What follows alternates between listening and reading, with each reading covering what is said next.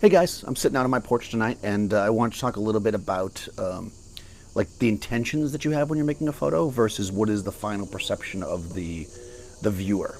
Um, this kind of is on my mind because last night we did a critique, myself and Seth Miranda at Adorama. So if you guys don't know, we do that stuff there. And one of the photos we looked at, um, both myself and Seth immediately thought, looked at it and said, "Well, this is basically kind of a bad example of like a glamour type shot." And we thought, a lot of people are doing shots like this, and this one was not so gratuitous, so we could actually show it because in a public forum. So we decided to take on, talking about this image and helping this person to do better with it. So when the time came up to look at the image, and we started to say, this is a very glamour image, and you got this, the photographer immediately started to defend themselves, saying, "Well, no, she asked for that." Uh, okay, so that's one part of it. So let me pause for a second there and describe the image. So basically, you've got this young lady, and she is, well, you're not really sure where she is because it's lit with a relatively small source, it looks like, because uh, the rest of the background goes dark. So she's, lit with a flash or something. The background's completely black. She's wet. Her hair's kind of wet. Um, she's got nice makeup on, a nice necklace, and kind of a nice shirt, which is also wet. And it's like, it's opened up, like down. And, she's hasn't got a bra on. And you can, she's fairly busty, so you're seeing like, the side of her breast. And yeah, I mean, to me, that's what it is, right? I mean, it's like, okay, what's going on here? And again, if you shoot those kind of pictures, okay, that's fine. Just do it good, Shoot titillating images really well. Those can be amazing, right? I'm certainly not a prude. But at the same time, when you look at an image like that, the first thing somebody thinks of when they think of like, when they read some Facebook post that some creepy photographer did something, that's the picture they think of. And, having been in the game long enough, it's you start like almost resenting when people do those shots because you're like, oh, come on. It's like, can't you just do something better so that we can at least feel like, you at least tried? But that in and of itself is one thing. And that is not what this video is about. As it turns out, forget about she wanted that. I mean, okay, so if she wanted a shirt, I mean, if a model comes to me and says, I want a shot with my shirt partially open and I'm wet and sexy, all right, well, you can do it in a good way. But that's not even the thing. Apparently, she had gone through some kind of emotional trauma, which I'm not going to get into, and this was representative to it for her, apparently, or wanted it to be anyways. And okay, that's cool. I've actually photographed many people that were going through something or had gone through something, and they wanted to express themselves. This is actually a great way to do it. Maybe I'll do another video about how being a photographer, a people photographer, is like half being a psychologist. But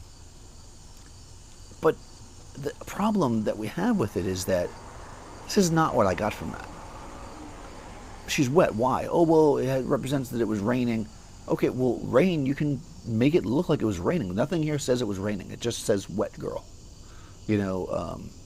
Why is it raining? Like, what can you make it rain? Can you making it rain make it rain? It's not that hard. Put her by a window, splash it with some water, a little glycerin in a spray bottle, put a light outside, blast through with some light. You get the droplets on the window, and boom, you're done, right?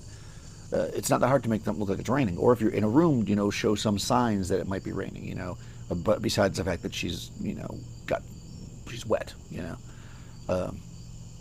And this is just a really interesting thing because I think that we get very attached to the moment that we take a photo sometimes. And because of that, we sometimes can't see what's not working, right? Like, the story, right?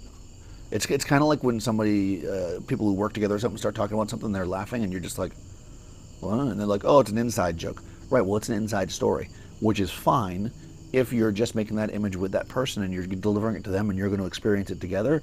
Awesome. But when you're putting it up for the world to see, we only see what's on the surface, right? So if you want to tell a deeper story, you got to put more effort into it, right? You got to think about it. If I was to say, oh, you know what, my grandfather gave me this leather jacket that he used to wear, when he rode, his motorcycle. I don't know. And I'd love to be photographed with it for that reason. And then the photographer wants to bring that out in the photo. Just having me wear the jacket is that doesn't do that, right? Basically, that's just nothing, right? I'm just a person wearing a jacket.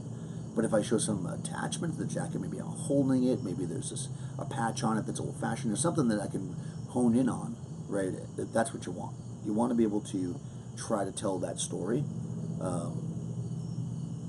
beyond the words that you have to say, because frankly, unless you're doing an article for a magazine where there's going to be a whole write-up about them and then you're referencing it back and forth, the photo is still the photo, right? It's like, okay, it's just a person doing a thing.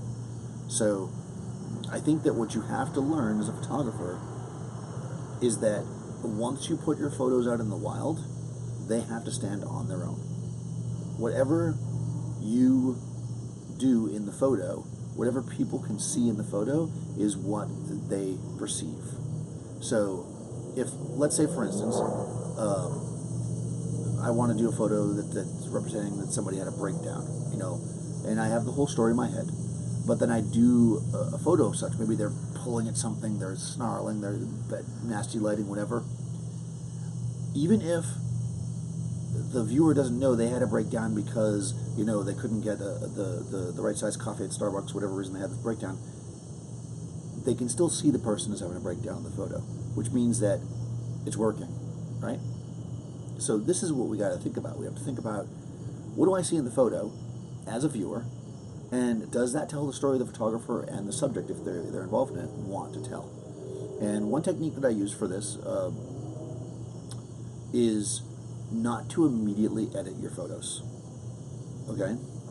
So what I mean by that is, people are always anxious to run home and just start going through them. I do run home and I immediately back them up onto my RAID because I want to make sure that I don't lose them or something, because I wait about a week or so before I do my edits usually, unless I have to do it right away. I'm talking about like artistic stuff that where I'm trying to make a point, not a quick headshot. Obviously I do that right away. And what I've found is, by giving myself a week, I can really step back away from it and not be in that moment. Because sometimes when you're shooting something, you're like, oh my god, this is great, and then when you see it later, you're just like, ooh.